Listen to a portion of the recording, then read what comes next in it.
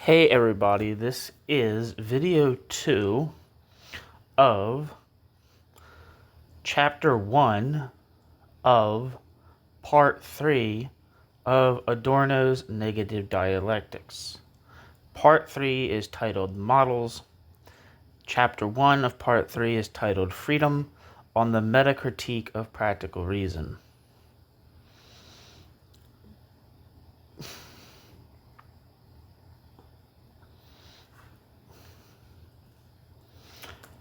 So here we go.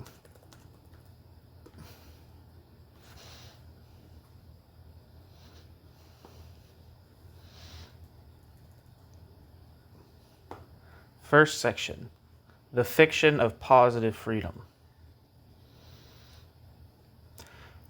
Freedom can be defined in negation only, corresponding to the concrete form of a specific unfreedom. Positively, it becomes a, quote, as if, end quote. It does so literally in the Foundations for a Metaphysics of Morals, by the book by Kant. Quote, I am saying, every creature that cannot act otherwise than under the idea of freedom is precisely therefore really free in a practical sense, i.e., all laws that are inseparably linked with freedom apply as much to that creature as if its will were declared free also in itself and in the valid form of theoretical philosophy. End quote. Kant. The apoetical character of this fiction, whose very weakness may be why the, quote, I am saying, puts so much subjective stress on it, is illuminated by a footnote in which Kant apologizes for, quote, regarding freedom as sufficient for our purpose, if only rational creatures base their actions on its mere idea, ... lest I oblige myself to offer proof of freedom in its theoretical sense as well, end quote.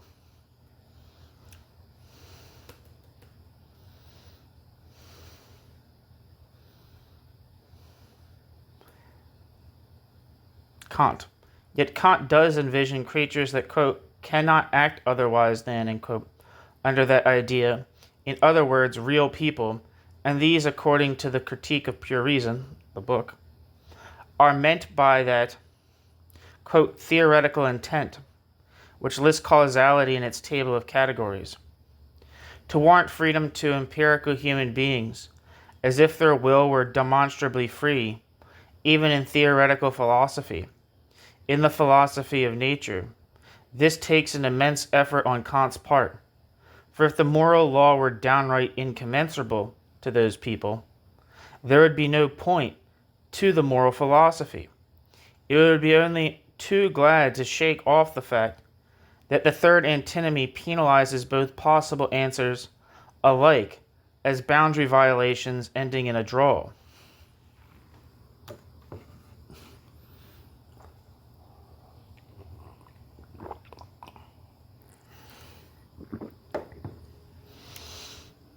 While Kant in practical philosophy rigorously proclaims the charismos of what is and what ought to be, he is nonetheless compelled to resort to mediations.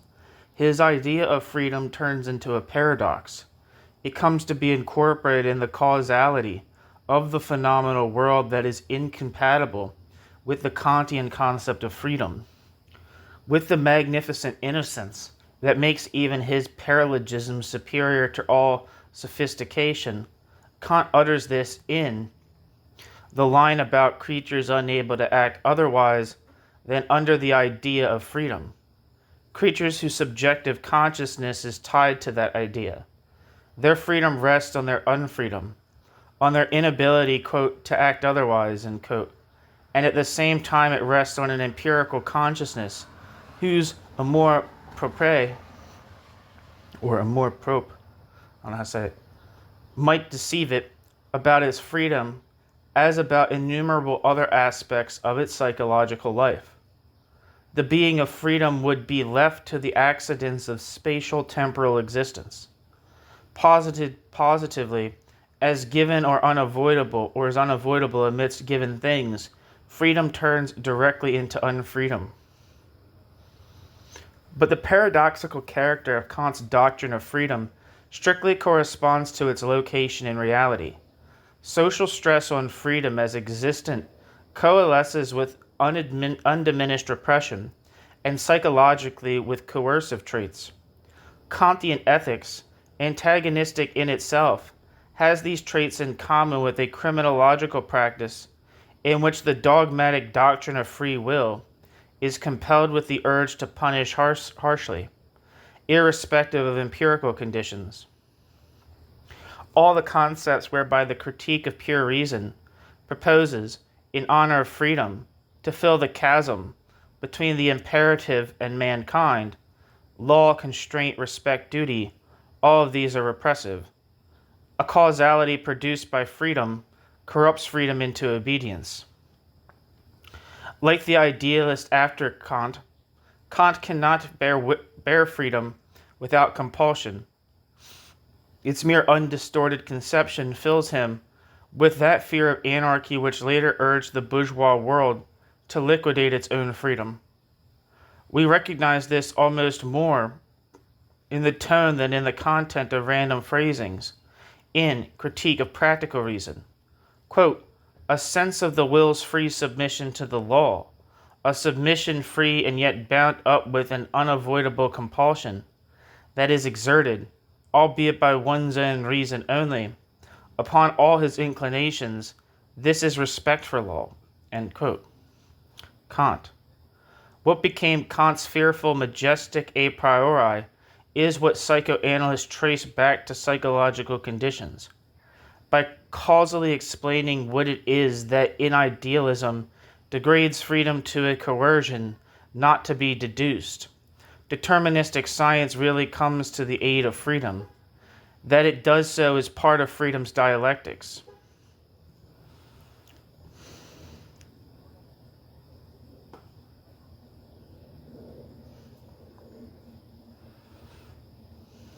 New section, Unfreedom of Thought.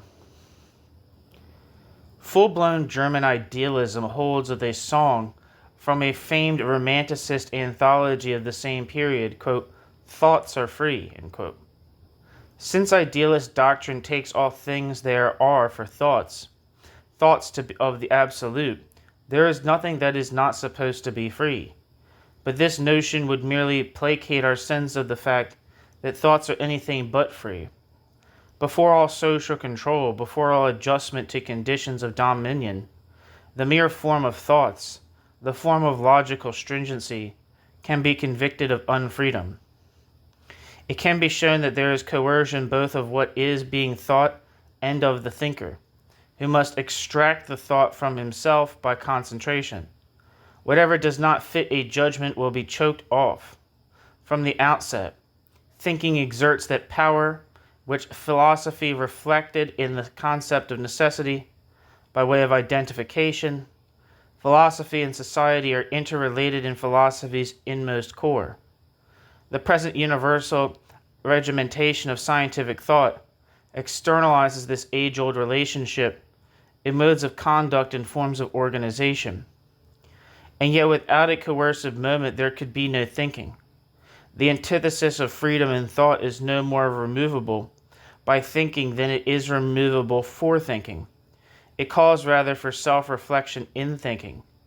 Speculative philosophers from Leibniz to Schopenhauer were right to concentrate their efforts on causality. It is the crux of rationalism in that broader sense, which includes Schopenhauer's metaphysics, insofar as he was certain of his Kantian ground. The legality of the pure thought forms, the causa cognoscendi, is projected upon the objects as causa efficiens. Causality presupposes the formally logical principle, or better perhaps, it presupposes non-contradictoriness, the principle of naked identity, as a rule for the material cognition of objects, even though the historical revolution may have taken the opposite course. Hence the equivocality of the word ratio, which means both reason and cause. Causality has to atone for this. According to Hume's insight, there is no immediate sense datum that might be cited for it. In this respect, causality is a dogmatic remnant in idealism. Yet without it, idealism could not exercise the control it seeks over all there is. Freed from the compulsion of identity, thinking might perhaps dispense with causality, which is made in the image of that compulsion. Causality hypostatizes the form, as binding upon a content which on its own would not assume that form. A metacritical reflection would have to receive empiricism all over. Opposed to this, Kant's entire philosophy stands in the sign of unity. This lends to it the character of a system, despite the heavy accentuation of, quote, material, not derived from pure forms. Kant expected no less from a system than did his successors. The governing unity is the concept of reason itself, and eventually the logical reason of pure non-contradictoriness. Nothing is added to this in the Kantian doctrine of practice.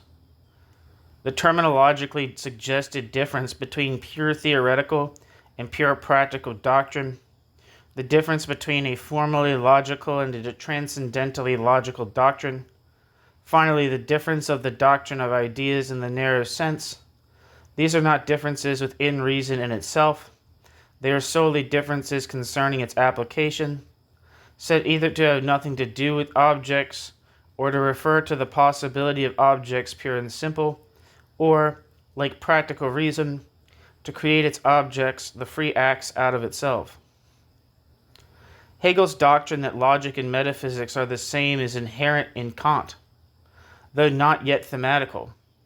To Kant, the objectivity of reason as such, the epitome of formal logical validity, becomes a haven for the ontology that has been fatally criticized in all material realms.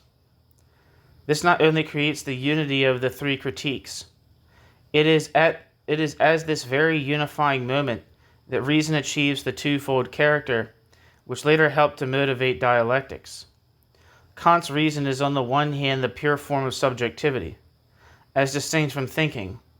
On the other hand, it is the totality of objective validities, the archetype of all objectivity.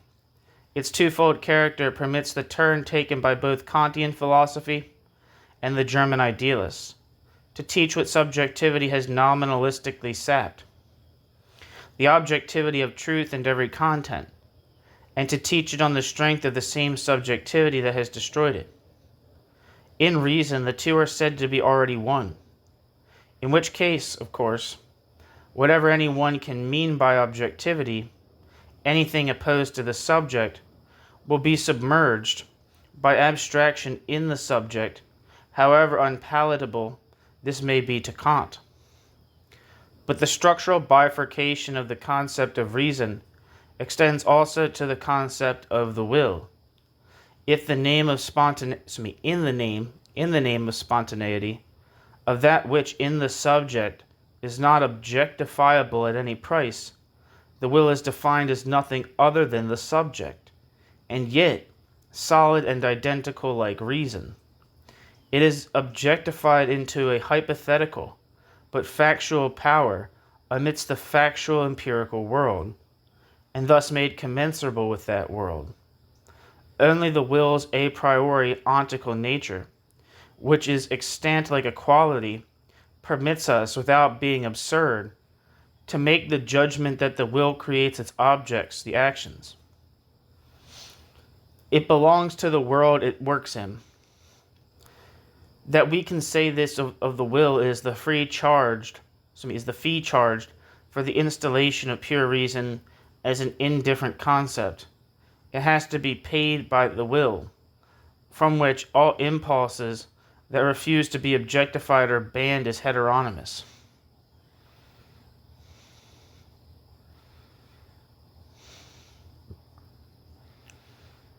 New section, quote, formalism, end quote.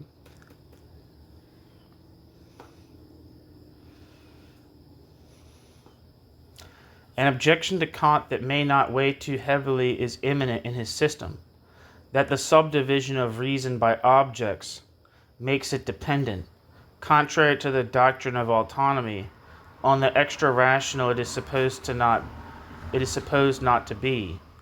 What comes to the fore in this discrepancy, despite Kant's intention, is the very thing Kant dispelled: reason's inner dependence upon what is not identical with it. Only Kant does not go that far. The doctrine that reason is one and the same in all its alleged fields of application presupposes a firm dividing line between reason and its, quote, what about.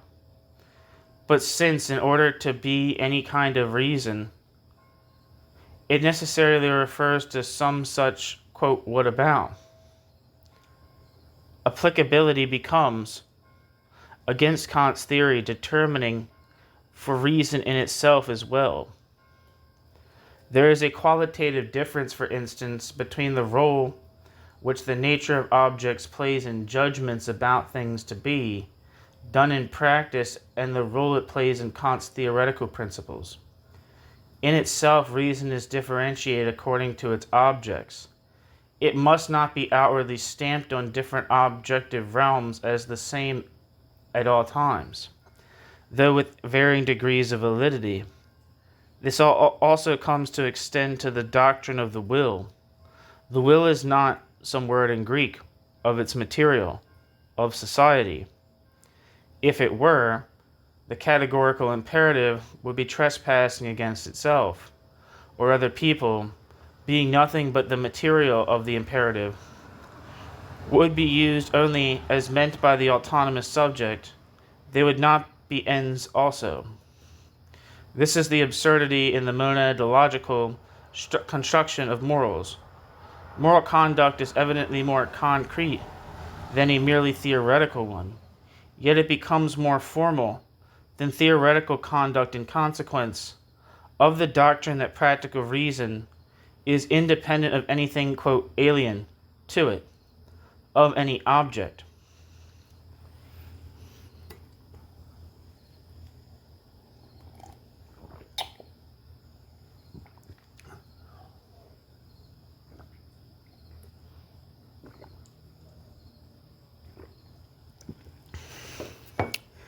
True, the formalism of Kant's ethics is not merely damnable, as a reactionary German academic philosophy has been calling it from Scheler onward.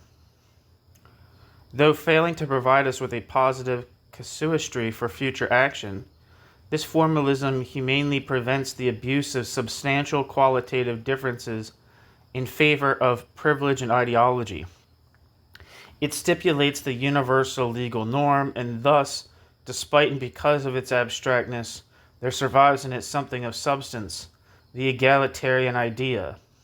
The German critics who found Kantian formalism too rationalistic have shown their bloody colors in the fascist practice of making blind phenomena, men's membership or non-membership in a designed race, the criteria of who was to be killed.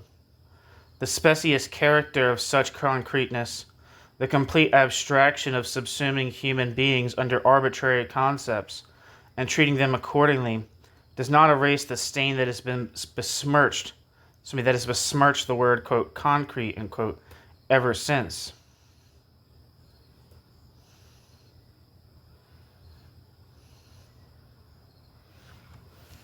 It's a good-ass paragraph.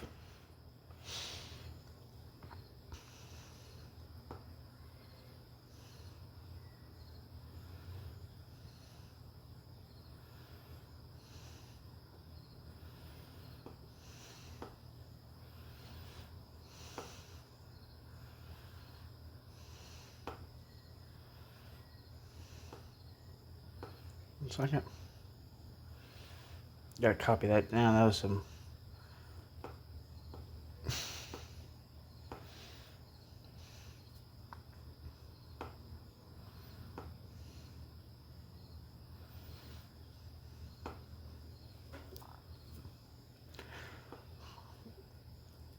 This does not void the criticism of abstract morality, however. With particular and universal still unreconciled, this morality suffices no more than does the alleged material value ethics of norms that are eternal or at short range. picked as a principle, the appeal to either one does an injustice to the opposite. The depracticalization of Kant's practical reason, in other words, its rationalism, is coupled with its de-objectification. It must have been de-objectified before it can become that absolutely sovereign reason, which is to have the capacity to work empirically irrespective of experience, and irrespective of the leap between action and deed. The doctrine of pure practical reason prepares for the retranslation of spontaneity into contemplation which occurred in the latter history of the bourgeoisie, and was consumed in political apathy, a highly political posture. The semblance of a noumenal objectivity of practical reason established its complete subjectification. It is no longer clear how its intervention across the ontological abyss may reach anything that is at all. This is also the root of the irrational side of Kant's moral law, the root of what he called, quote, given, a term that denies all rational transparency and halts the advance of reflection. Since freedom, to Kant, amounts to reason's invariant identity with itself, even in the practical realm, it loses what in common usage distinguishes reason from the will. Due to its total rationality, the will becomes irrational. The critique of practical reason moves in a delusive context. It has the mind serve as a surrogate for action, which is to be nothing but the sheer mind. Thus freedom is sabotaged. Its Kantian carrier, reason, coincides with the pure law. Freedom would need what Kant calls heteronymous. There would be no more freedom without some element of chance, according to the criterion of pure reason, than there would be without rational judgment. The absolute split between freedom and chance is as arbitrary as the absolute split between freedom and rationality. An undialectical standard of legality will always make some side of freedom seem contingent. Freedom calls for reflection, which rises above the particular categories of law and chance. New section. The will as a thing. In the modern age, the concept of reason has been one of indifference. It was a compromise between subjective thinking reduced to its pure form and thereby potentially objectified, detached from the ego, and the validity of logical forms divorced from the constitution. Though this validity in turn would not be conceivable without subjective thought. Kant regards such objectivity as shared by human acts, the expressions of the will, and he accordingly calls them objects. Footnote. Quote, by a concept of practical reason, I mean the conception of an object as a possible effect of freedom. Hence, to be an object of practical reason, of practical cognition, as such means simply the will's relation to the act that would realize either the will or its opposite, and the judgment whether something is or is not an object of pure practical reason is merely the distinction of the possibility or impossibility of willing the specific act, whereby, if we had the capacity, which must be judged by experience, a certain object would come to be. End quote. Kant.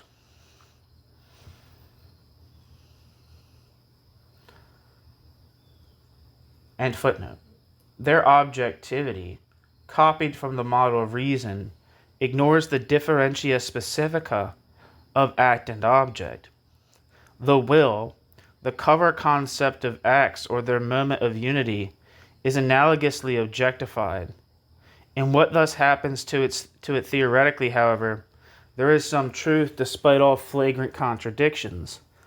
When we look at the individual impulses, the will is indeed independent, quasi-thing-like, insofar as the ego's principle of unity achieve some measure of independence vis-a-vis its phenomena, in their quality of being, quote, its. We can as well talk of a will that is independent, and to that extent objective as we talk of a strong ego, or in the language of olden days, of character.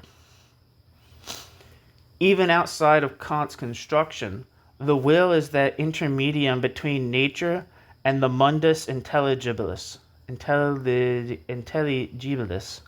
which Benjamin contrasts with fate. The individual impulses objectification in the will that synthesizes and determines them is their sublimation, their successful delaying permanence involving diversion from the primary goal of drives. Kant faithfully circumscribed this by the rationality of the will. It is this rationality that makes the will something other than its, quote, material, the diffuse impulses.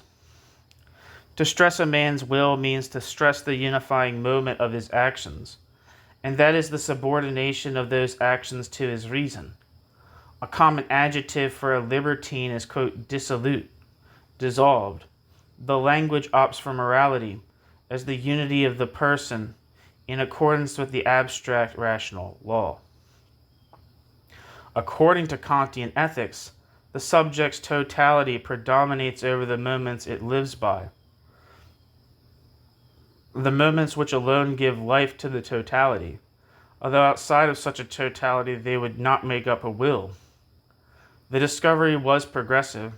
It kept the judgment about particular impulses from being made casuistically any longer. It also put an inward end to the righteousness about works. This was an assist to freedom. The subject becomes moral for itself. It cannot be weighed down by standards that are inwardly and outwardly particular and alien to the subject.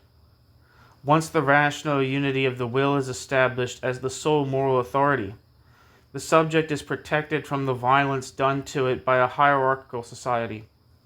A society which, as still in Dante's case, would judge a man's deeds without any previous acceptance of its law by his own consciousness. Individual actions become venial. No isolated act is absolutely good or evil. Their criterion is, quote, goodwill, their unifying principle. An internalization of society as a whole replaces the reflexes of a feudal order whose structure splinters what is universal in mankind. The more so, the more solid it pretends to be. Kant's relegation of ethics to the sober unity of reason was an act of bourgeois majesty, despite the false consciousness in his objectification of the will.